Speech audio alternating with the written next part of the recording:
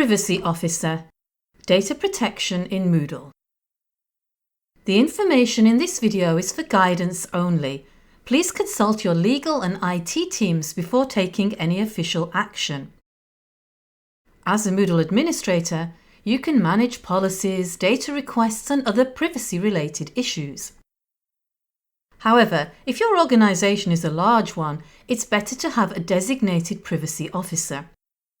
If you haven't already watched our video on how can I manage policies on my Moodle site, do that first and then come back here. A privacy officer's tasks include approving user data to be exported or accounts to be deleted.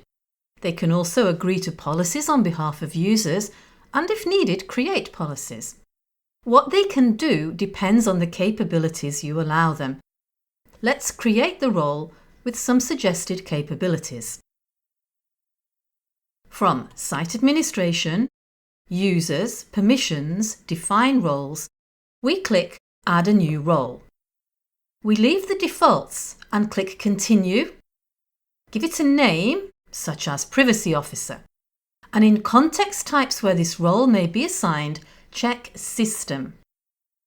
We set the following capabilities to allow, depending on what you want the Privacy Officer to be able to do. View the site administration tree, but not all pages in it. Then for data privacy, manage data registry, manage data requests, and if your organisation requires this, request data deletion on behalf of another user, request data deletion for minors, and make data requests for minors.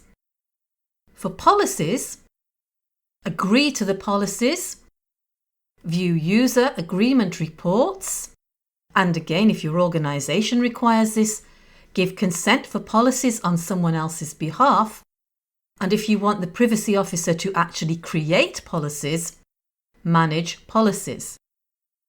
Additionally, you may want to allow view courses without participation, view hidden categories, view hidden courses, view hidden activities.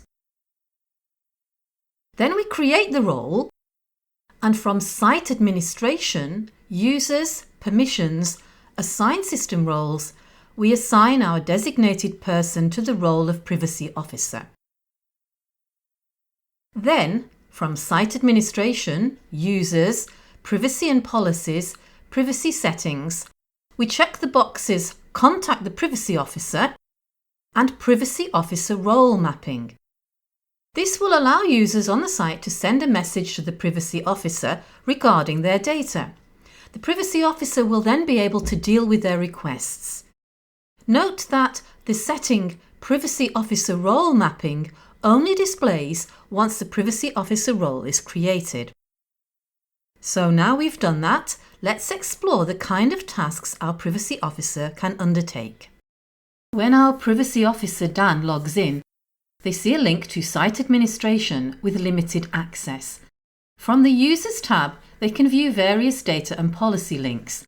We'll go there in a moment. As we see here with student Brian, from the Privacy and Policies section of their profiles, users can contact the Privacy Officer to request information or request data export or account deletion. And the Privacy Officer is notified of these according to the notification preferences you set for them, for example email, or as here on the web.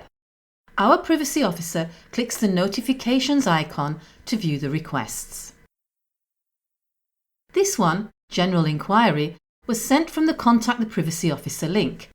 He can't reply here, but can see more details by clicking View Request or go to Data Requests.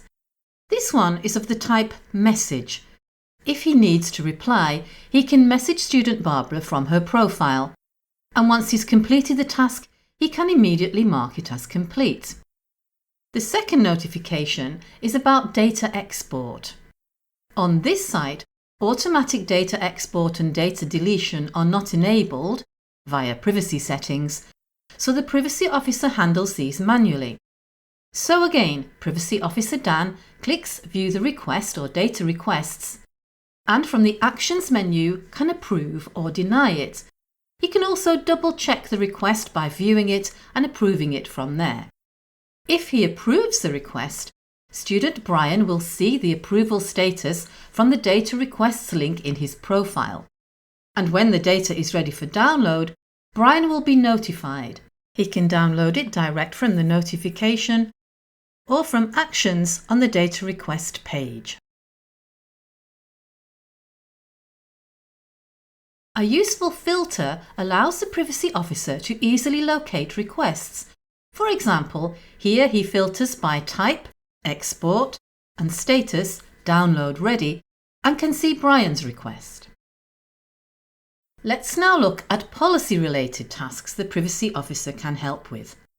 From Site Administration, Users, Manage Policies, he can view the list of policies.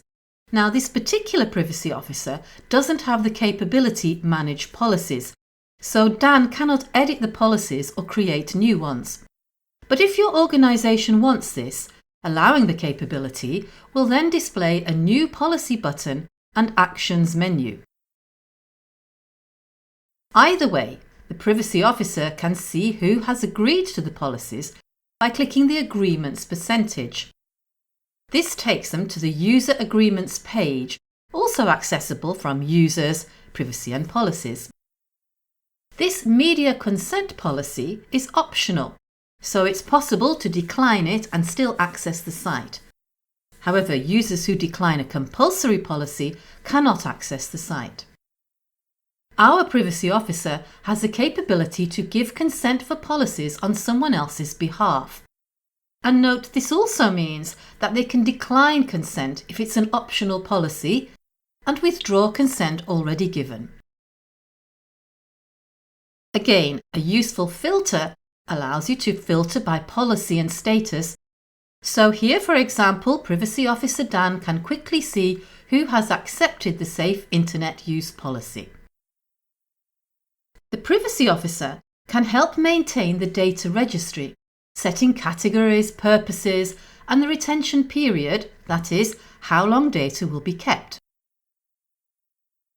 As well as creating new categories and purposes, they can edit them to, for example, override the data retention period for a particular role, as here for this site-specific naughty student role. Finally, if you're unsure about whether a particular plugin is privacy compliant, the Privacy Officer can check its details from the Plugin Privacy Registry link. Here, for example, we can see that the Tiny MCE Accessibility Checker does not store any personal data, but the Tiny Autosave does. To summarise, the Privacy Officer can undertake various data protection-related tasks in your Moodle site.